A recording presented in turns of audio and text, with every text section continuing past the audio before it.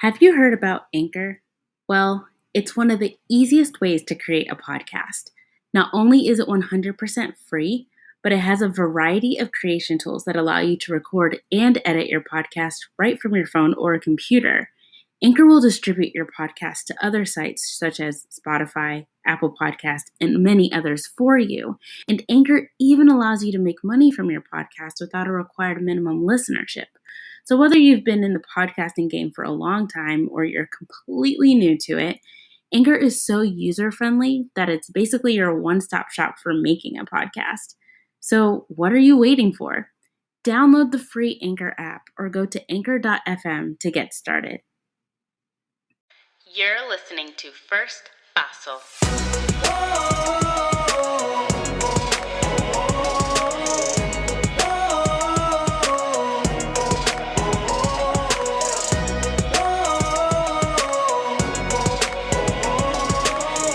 Because sometimes you simply need someone to help you take that first paso. Hello and welcome to First Paso, a show where we learn together how to take that first paso toward becoming the best versions of ourselves. My name is Candace Olushala, and today we are continuing in a series that we've started about unlocking the greatness within and discovering how you are extraordinary and uncommon. These last 2 weeks, we went over 2 of the 5 keys to unlocking this greatness that is already inside of you. The first key we discussed was to acknowledge the acknowledgement of the things that are inside of you that you might be struggling with. Maybe it's fears, insecurities, whatever those things are. I highly recommend going back and listening to that episode. Last week's episode was on desire or hope. And this key is getting to a space where you are so fed up with the life that you're living that you're ready for a change. And we talked about choosing your rock bottom. But today, we're going to talk about the third key. The third key is to fight for it. What does that mean? Well, once you've acknowledged that you have some things you really need to get over, heal from, persevere through, and you have the desire to do whatever it takes to unlock that greatness that is being held back by those fears and insecurities, then you have to actually fight for that breakthrough to come to pass. So, how much do you want to discover your greatness? Ask yourself, how badly is finding out why you're extraordinary and uncommon important to you? Even if you don't think it's possible, if you don't even attempt to look for it, how would you truly know if it's not there? I had to go through this when I went on my journey about 10 years ago, a little over 10 years ago.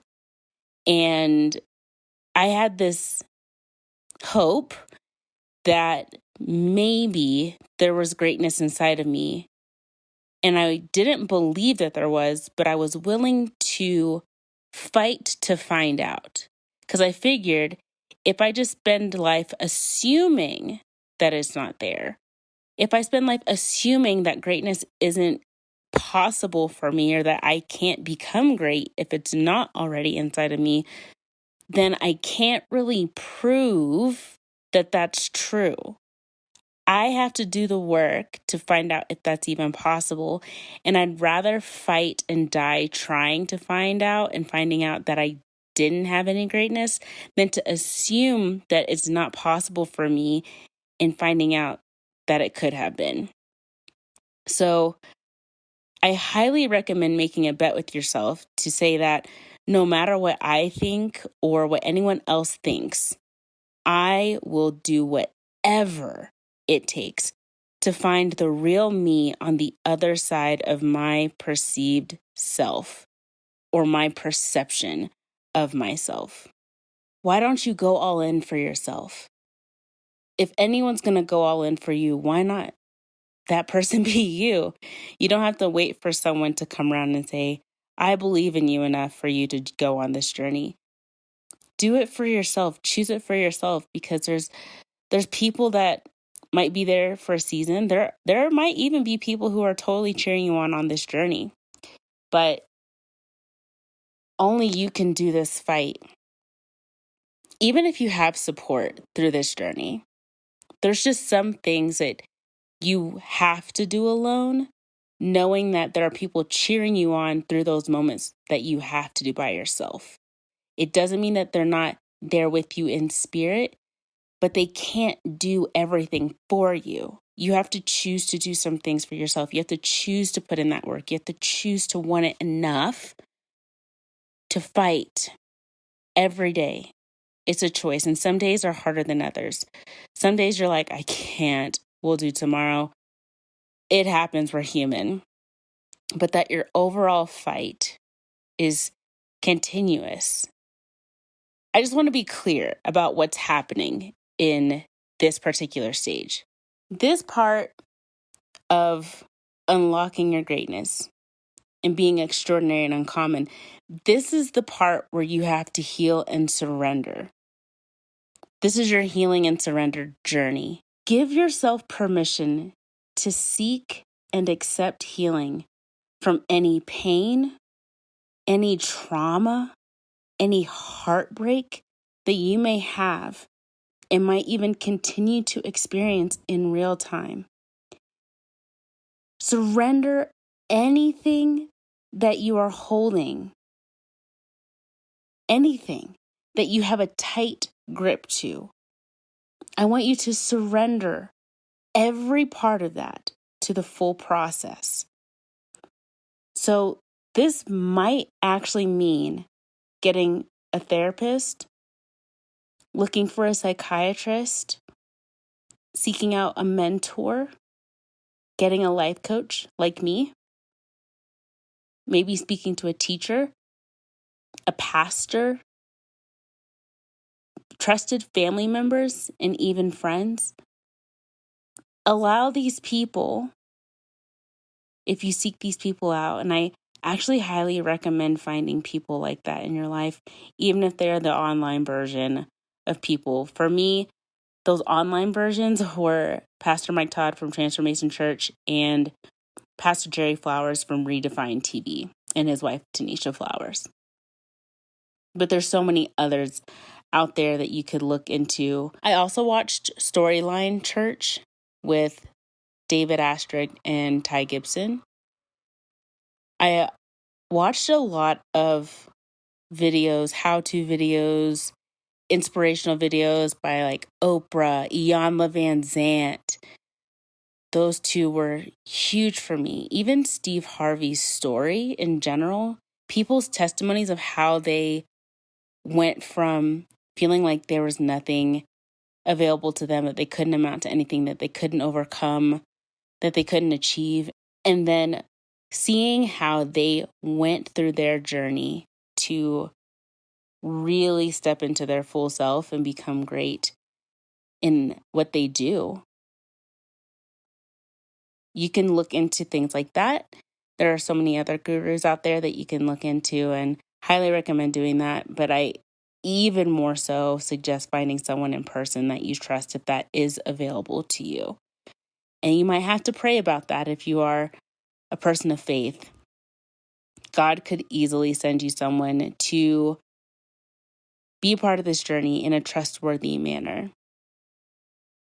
The reason why I say that is because there are just some questions that when you explain how you're feeling with those trusted people, they can often ask you some tough questions that you might not think to ask yourself because you're jaded, because you're triggered, because you have resentment, because you're hurting, because this is the story that you've told yourself for such a long time, that the idea that any other narrative could exist is not something you would naturally entertain. So I highly suggest allowing people to ask you those tough questions.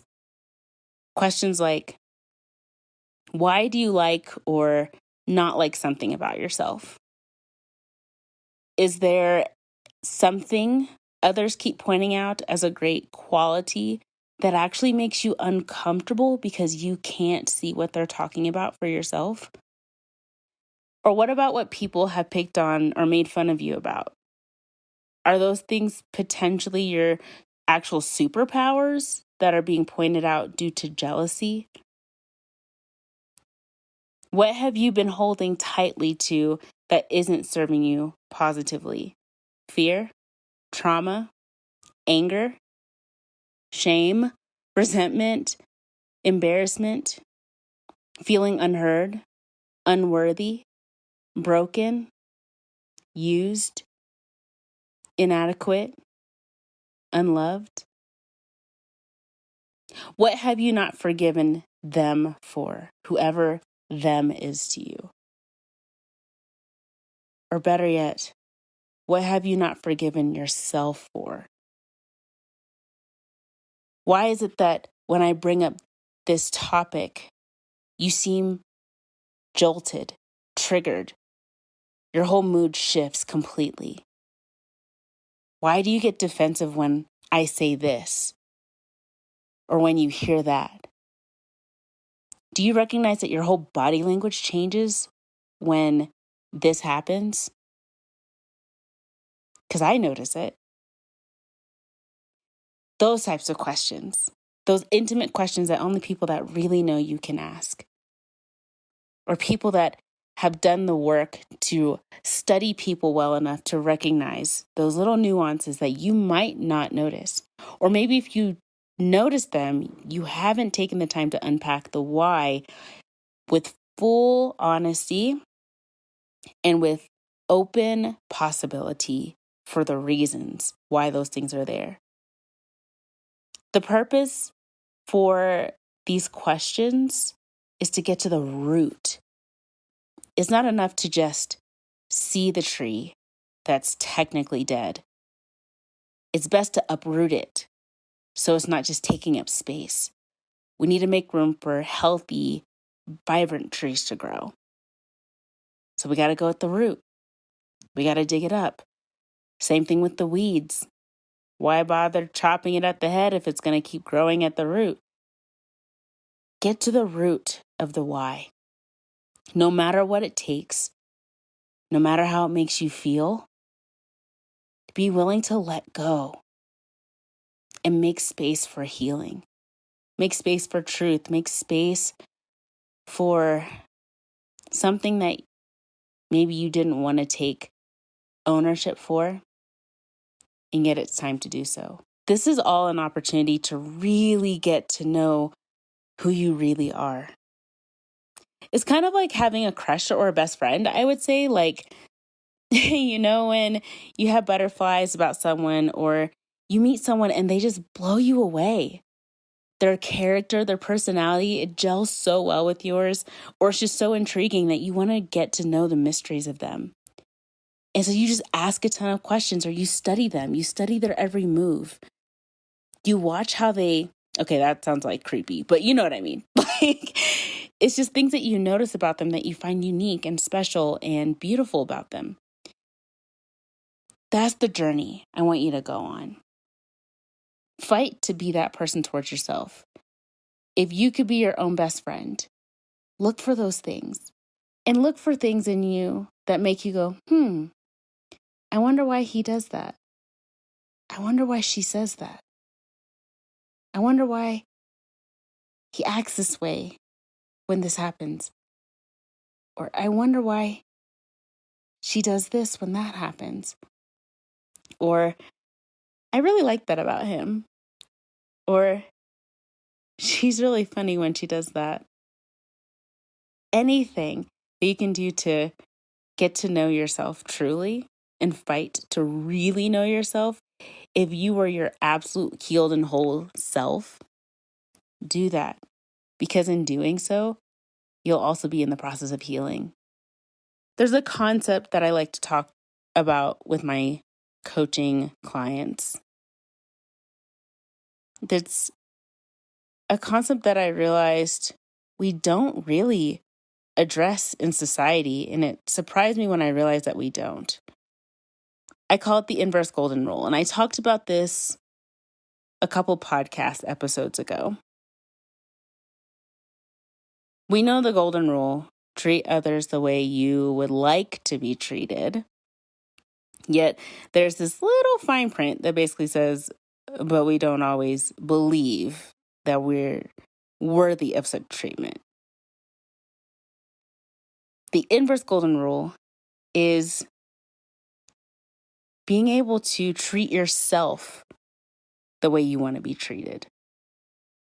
Don't be your own enemy. Practice acting in love toward yourself. Exercise patience and kindness towards yourself.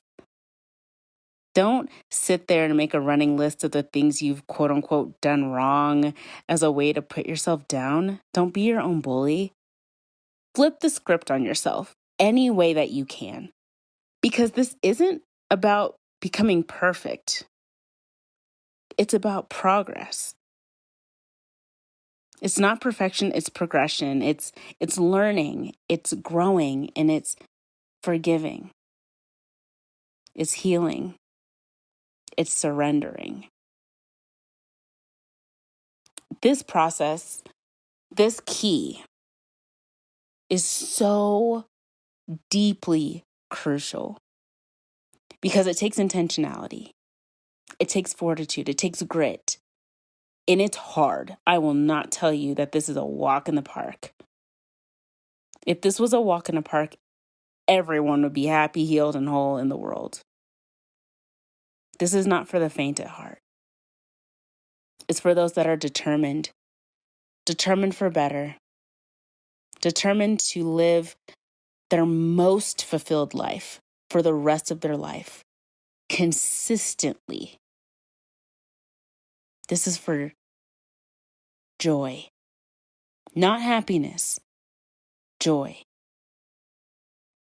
Joy is internal. It's everlasting. Unlike happiness that is defined by external factors. We can't keep seeking happiness. That's a roller coaster that we have got to get off of. Not that happiness is bad. It's just not sustainable. We need joy and contentment, fulfillment and wholeness. And I want you to walk free in that. I want you to unlock your purpose. I want you to unlock why you're so great. And I want you to be able to see that for yourself. In humility. I had a friend that I was speaking to a few weeks ago, and she had mentioned something that resonated with me. It was the sense of not being able to see how amazing she truly is. And she added that she didn't want to become vain.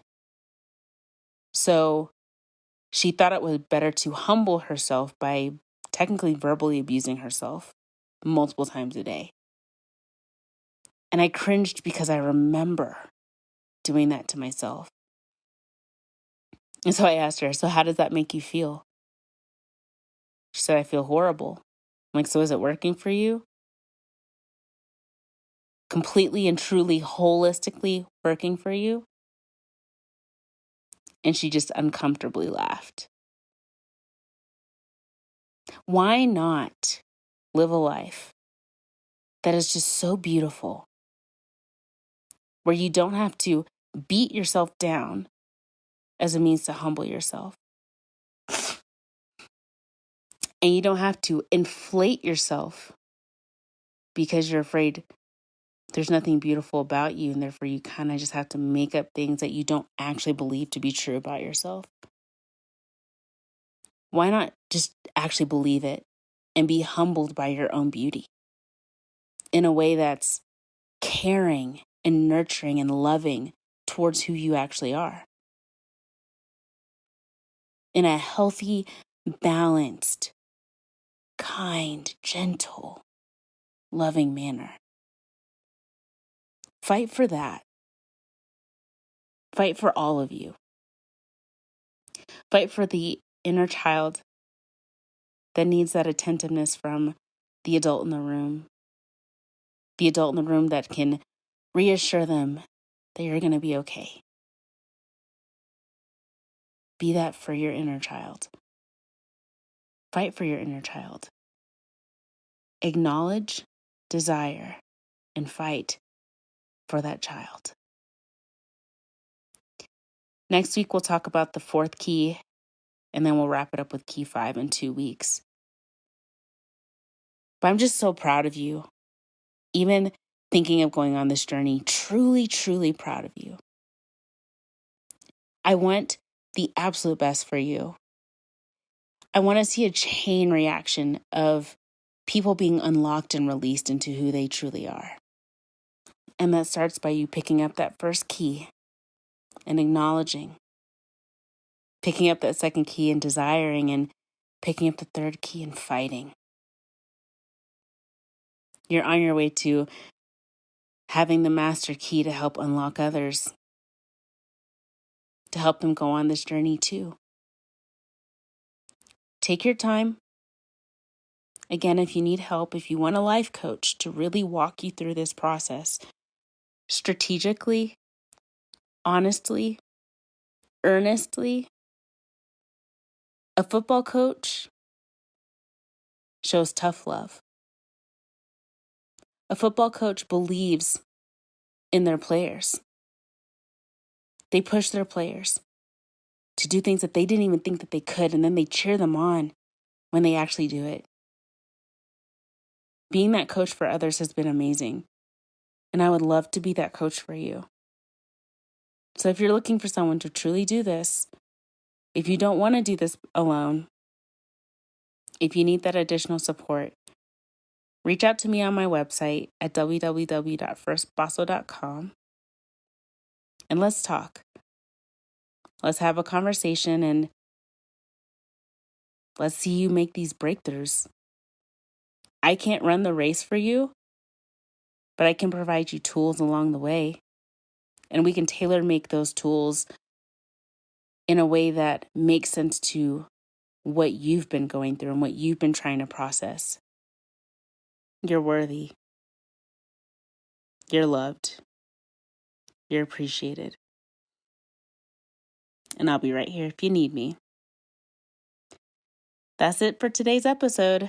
If you have any questions, topics of interest, any situations that you want unfolded here, hit me up on social media at Candace Olushala or email me at hola@firstpaso.com.